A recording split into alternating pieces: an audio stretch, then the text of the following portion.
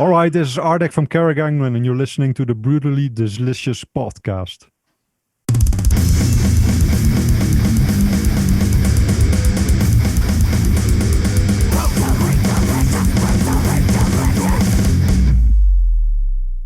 I'm jealous of all you people with hair. Hey, good to see you again, my friend. That's my partner, Chris. I'm Bruce, and Rena is trying to connect here. All right, great. Thanks for joining us. I appreciate it. I don't know if you guys can see my new Jackson that I just bought in the background there. Yeah. It's about to be modded heavily. I'm pretty excited about it. Cool stuff. You doing the work yourself? No. I'm not talented enough. It requires, technical hands. Wait, I was trying to wait on Rena here, but let's see. Rena is connecting. Rena. Oh, no, she's coming in twice now. What the hell's going on here? Rena. Yeah, I'm here, but hold on. All right. There we go. Okay, for some reason we have two Renas. That's it. We should just leave that one. It doesn't matter.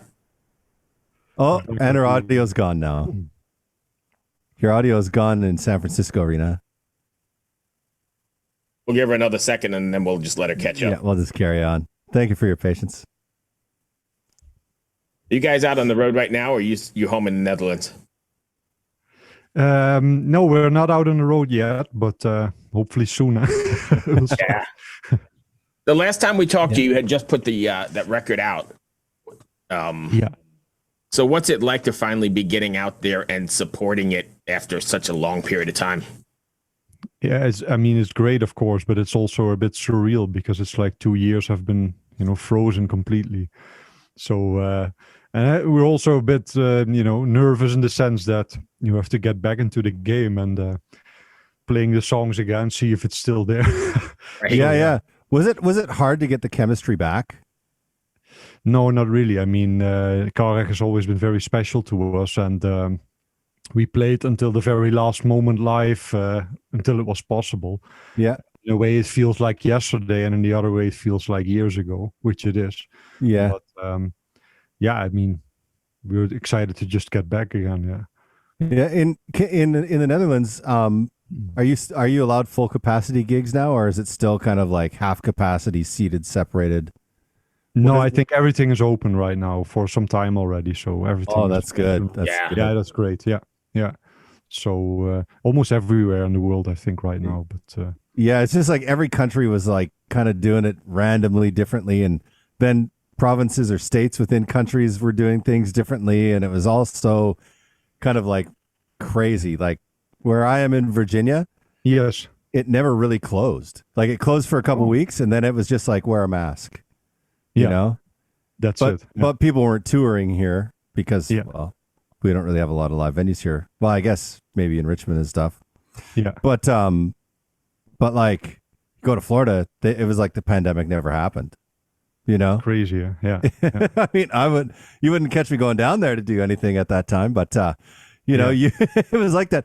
But I know the Netherlands, they were one of the first to kind of ease up, and then they ramped back really fast. Yeah, it was a matter of weeks, and it was all closed again several times over and over again. Yeah. So that must have been kind of like a psychological mind fuck. That's the only way I can describe it.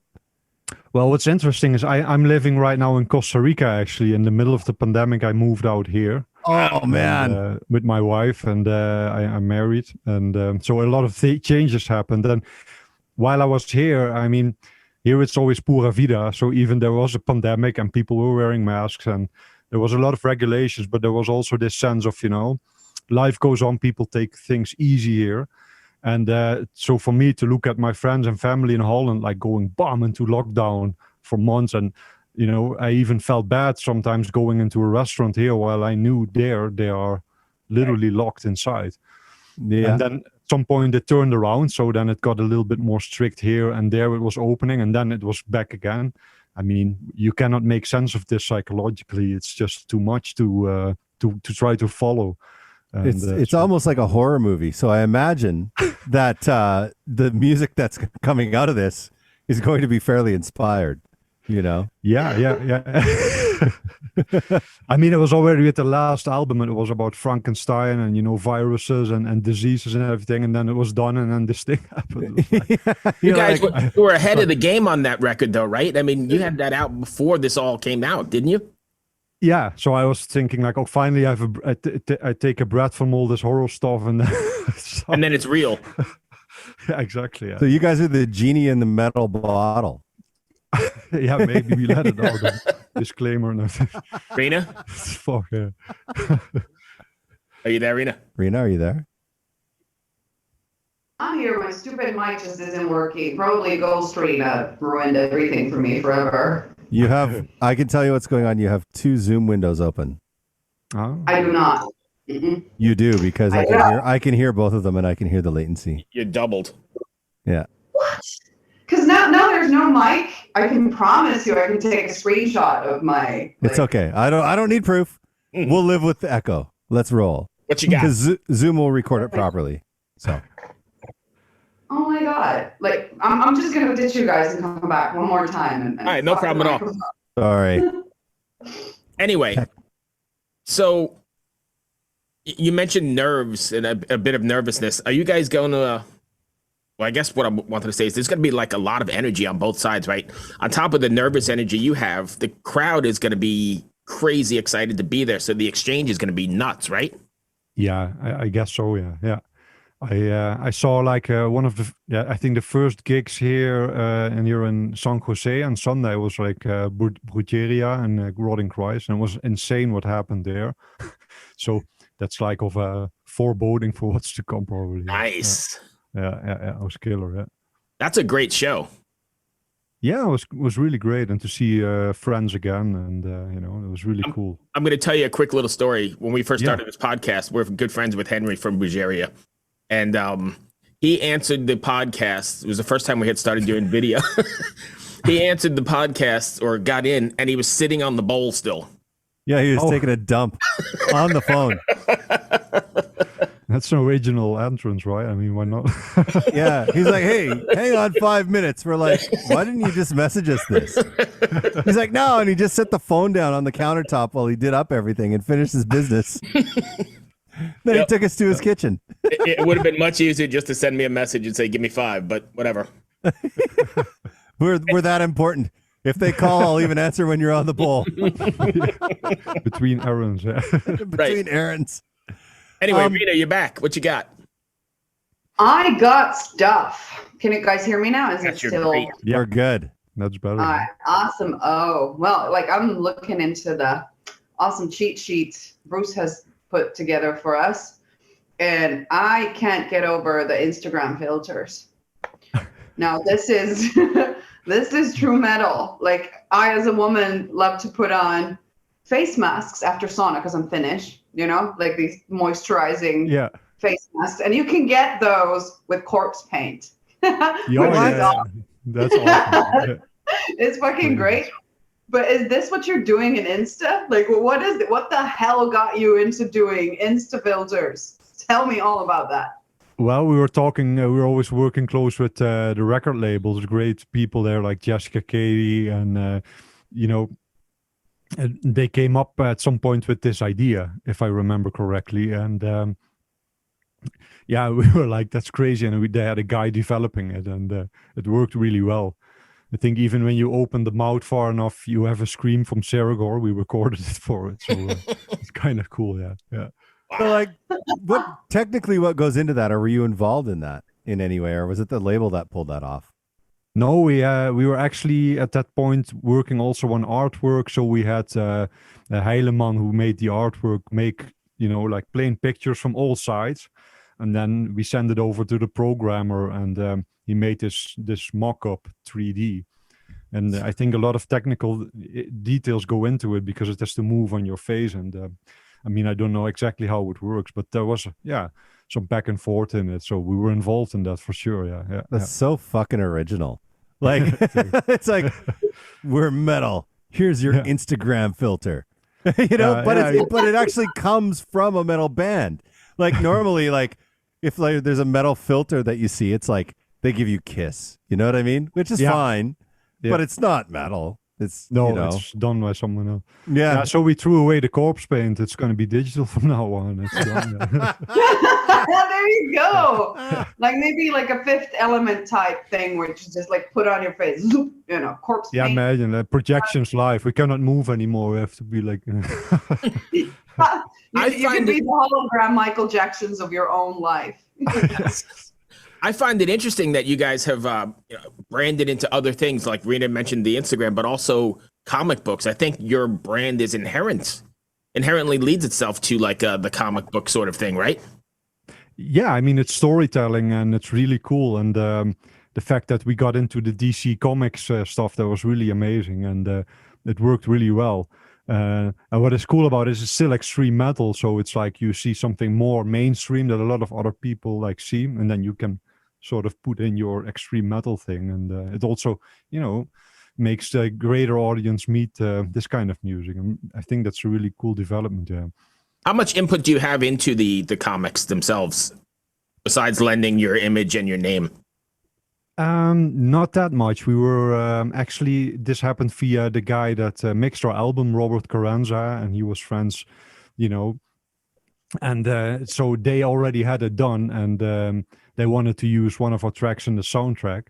So that's how it actually happened. And but I think they really nailed it, how they pulled it off. Yeah. Nice. It's like a metal superhero band. Yeah. So like I just watched your video, and I was expecting when you came on that you would look all sickly and deathly, and you show up and you look like you just got off the beach and you're comfortable and relaxed. And I was just like, Jesus Christ, man, how much more metal does this get? So my question is, how the hell did you end up in Costa Rica? Yeah, my wife. Yeah, and I mean, at some point during the pandemic lockdowns, normally, I mean, we would tour, we would travel, and we would visit each other and stay with each other over in the Netherlands or here. And then, lockdown happened. We couldn't see each other for 7 or 8 months in a row. It was even 9 months. And that gets to you, and no performances, nothing's happening. So when it opened up, and Costa Rica was actually one of the first countries that opened up again, also for, tourists. So I was not thinking twice, and I thought, I'm going to move there. I'm going to take my stuff, because I don't know how long this is going to take, and I can work from anywhere, and the guys will be fine. So that's what I did last year, and yeah, that's how it happened. What a change, though. My family is from the Netherlands, and it's cold there. Like, even in the summer, it's not necessarily that warm. No. And then you get to Costa Rica, and it's like, that's got to kind of be like nice, It is. I mean, I love autumn and winter and stuff, but if at the end of the day, if I can decide the tropical weather, that's just fantastic. Oh, hell yeah. How does the tropical weather, though, help with writing metal? This is where I think it's going to get a little bit more difficult, because like you're not surrounded so much. Like, I guess it depends where you live in Costa Rica, but well, like the strange thing is, like, whenever I was a teenager, you're like black metal, and then you wanted to rain and snow and everything must be evil. But during the years, I found out that when I'm happy, I actually write better music. And so it's actually like, it sounds like a bit counterintuitive, but it works like that. I mean, there's nice weather here. I go for a run. Great people, everyone's friendly, and then you go in and it's like, so it's like, yeah. Awesome, dude. Yeah. That is so good. So did you have to move all of your gear down, or did you just take what you thought you might need? I moved actually a lot of stuff, because, I have like my favorite speakers, and I'm a nerd with this kind of studio stuff I built over the years. So I sent it here. It was a bit of a hassle. It got stuck and some things broke, but it was all worth it. But you know how these things work. You said something that I have to follow up on. Here we go. Oh my God, I knew this was going to happen. Here we go. Topic. What speakers? I love how timid that was. Like, fuck, those guys hate me, but which speakers? I have to know. I'm a geek that way. Yeah, they are like handmade. I can try to show them. Oh, let me see. They look. Oh, cool. Yeah, they are. Cute. I bought them from a friend of mine. He has a studio in Germany, and these he has had them for a long time, and at some point he said, I want to sell them, but maybe you would like them. I have them already 10 years. So Oh wow. Yeah, I've been mixing on the same set of speakers for 20 years, and that's awesome. I'm scared as hell to when I have to change them, because you can't get parts for them anymore. So I just freak out. I'm like, fuck. Yeah.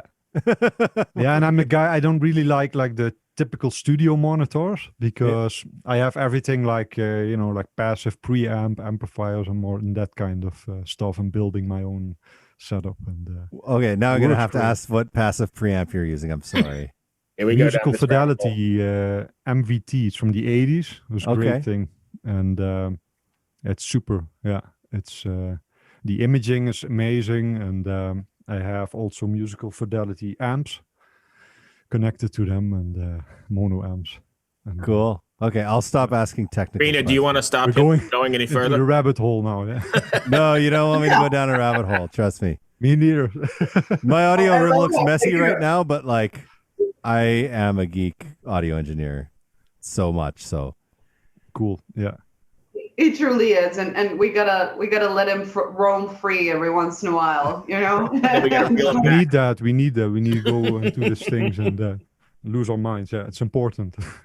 It's important, and of course we have listeners who are into that stuff too. It's just really fucking tedious for me and Bruce. No, I'm just kidding. But just kidding. But so going back to the comic, so would you describe yourself more as a DC guy than a Marvel guy? I think so. I've never really been into it, but I think from what I've touched upon, I would. Yeah, definitely. So DC's is there? a little bit darker, I would say. Oh yeah. Is there a movie superhero Carach superhero coming up? I don't. Maybe there is. I don't know. No, 'Cause that would be the next step, right? Yeah, maybe. Yeah. Carach versus Batman. So what would his superpower be? Oh. Superpower. Yeah, we would unleash ghosts, right? I mean, in a bottle. Ghosts and virus that fight evil. Yeah, exactly. From their hammocks in the palm was trees. actually your fault, Maybe you made Ghost Rena appear in the beginning. Hey, when you guys go on the road here, I see you in the spring here. Are you with Hypocrisy? Are you gonna take the full show out? Because I've seen you a few times before, both on the 70,000 Tons of Metal and here in Richmond. Oh, killer show. With I saw you in the small theater on the 70,000 Tons. I don't remember what that tiny theater was, but great show. Thank you. You mean the ice rink? No. The little like place the we saw lounge? Allegiant I don't tear know up. the name, Yeah. but, Oh yeah. Are you guys gonna do like a full show thing again? Well, it's a support tour, so we are a little bit, limited in the sense it's not a headline tour, so we have a shorter set list. So we always try to accommodate for that. So when you're a headliner, you can bring out everything you want, Right. usually. So now it's gonna be great, but it's more like a support type of setup. So yeah. Gotcha. Yeah, I saw you a couple of years ago here in Richmond with it was Moore's Principium, I guess and Wolfheart, right? Yeah, exactly. Yeah. Man, I hope you guys go to DC. I gotta Finished, look it dude. up. I gotta look this up. Tour dates near DC. Where? I don't know. Are you doing anything to get yourself back in sort of any shape to get on the road again? Because I imagine being home, I know you said you're running, but you doing anything for music-wise or training-wise? Well, honestly, I practice more than ever before. Usually I'm like, it's going to be great, and it's still in there. But now I already start weeks and weeks before, like almost every day, play a little bit of the set and go through some. I actually improved some keyboard settings here and there, and it was kind of cool. And also the new songs that we haven't performed before. So I've done, I hope I'm better prepared than before. So I think that's great. And the other guys as well, they're on top of it. So yeah.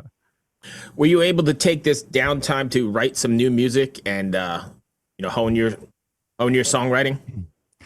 Yeah. I've done also a lot of other things, but there are some new Carach songs already. And not enough for an album yet, and there's still some ideas, but there's definitely some material. But we always like to take our time and make something really good out of it. And the last one was a lot of work. It was a whole story as usual. And sometimes this pandemic was sometimes very depressing, and so you're like, it was also not so like super exciting because there was not really an end to it, and we had a couple of tours, and then it was like canceled and postponed, canceled. Right. Like even last December, we had a show in Romania and another one in Holland, and like 2 weeks before, to cancel everything, try to get flights back, things like that, and that's sort of demotivating in those moments, you know. But I mean, yeah, in the end, you just go on. But there's definitely new stuff in the making, yeah. So when you're rehearsing, you say you practice the set, you know, you kind of do that stuff. Are you like loading up the multi-tracks and turning off the things that you're practicing and just giving her through headphones, or how are you kind of warming up without the band? Yeah, I mean, especially with the keyboards and the orchestra thing, there's so many layers. I cannot play it all live. I used to do that in the beginning, but so like, I look for like too many keyboards. And the show doesn't benefit from it because I'm not really present, because I'm just looking at setting 5 to MIDI channel 2, you know. Yeah. And so, but right now I have a cool balance where I play the leads and then you turn off the parts that you play, and it's kind of a nice blend. And sometimes I just play along with the songs entirely. And we also did some rehearsals during downtime, and actually in the Netherlands. So, oh, cool. Helps. Yeah. That's awesome. I see that you're playing the Red Room in Vancouver, BC, which is actually where I'm from. I live in Washington, D.C. now, but I used to live in Vancouver, BC. Oh, so I great. see you're playing the Red Room, which is a really cool venue. It's awesome, yeah. And you'll when you go in there, you'll meet a guy named Mike Shaflick and tell him that I told him to say that he better not fuck it up. And he'll know exactly who it is. Just tell him Seegers told you not to fuck this up.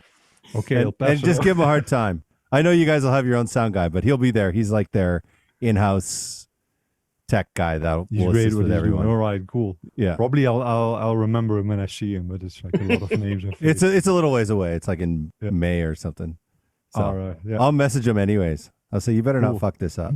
He's a nice guy.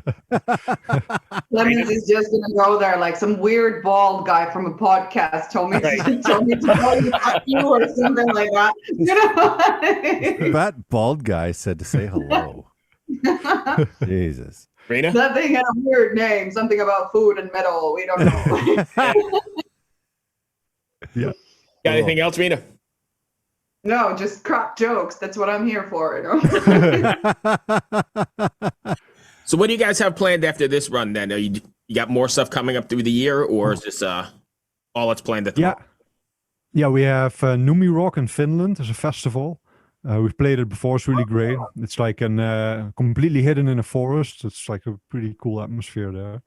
And then we have Mexico Metal Fest coming up in September, if I'm not wrong. Yeah. So a couple of cool things coming up, and things are shaping up slowly again. Yeah.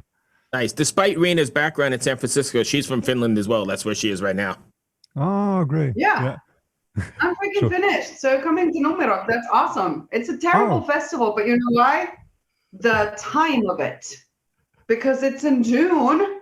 Yeah, it's light, right? Rainy, yeah. Cold and muddy and shitty. And you know,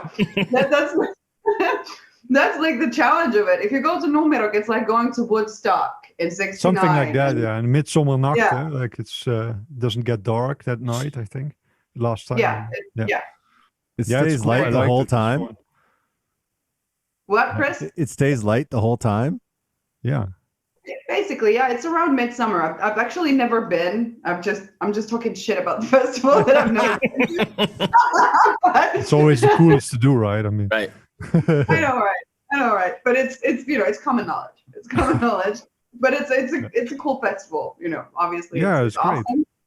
The only thing wrong with it is when it is and how Finland is at that time of the year. But the cool part is that it's almost at midsummer, so basically it's gonna be light throughout the night. I remember like our guitar player, like he said like, oh, it's summer, it's warm, we're going to Finland, and he didn't bring anything else in his t-shirt. And then we came there and it was like freezing cold. And he was like, I forgot it, I have nothing. And he had to buy, I think like some other band's merch to try to get more. I was just gonna say, why didn't you just wear your merch? Like, what? We only had what's wrong? T-shirts, so he could only get that for. But we told him before, like, I think you should take a jacket. No, it's it's so warm here, and then we landed. And he was freezing. He's like, oh fuck. You'll never forget that. Now even if he goes to Costa Rica, he's bringing a jacket. Probably, yeah. He's coming here like an Eskimo, and I have to talk him out. He'll do that. That is all I have. You guys have anything else? That's perfect. Thank you for joining us, Clemens. Thank you for having me. It was great. Yeah, I appreciate you taking the time. Hopefully we get to see. I don't know if I haven't looked at your routing yet to see if you're coming anywhere near Virginia, but Baltimore. Baltimore. Well, that's not too far. Maybe you'll make the drive up. Yeah. Cool. Yeah, great. Awesome. Great Good luck with people. the tour. Stay safe, and hopefully we'll see you soon. Thank you. Stay away from all that warm sun and cheap booze down there. It's dangerous. I hear. Hydration is key. Yeah. All right. Cheers, my friend. Ever wonder what a punch from Elton John feels like? Or how you'd cope with having turned down the chance to be in Nirvana? Or what signal Keith Richards gives when he wants you to get the hell out of his hotel room? Fans of Too Much Effing Perspective don't have to wonder, because they've heard these exact stories and a jillion others on our podcast. I'm Alex Hoffman, former tour manager for Radiohead. And I'm musician and comedy writer Alan Keller. On the TMEP show, we get guests like Nancy Wilson from Heart, Jeremiah Freites from the Lumineers, and Modern Family's Julie Bowen to tell us things they may have only shared with their therapist, clergy, or a TMZ stringer. So join us on Too Much Effing Perspective. That's EFFING Perspective. The only podcast you crank up to 11.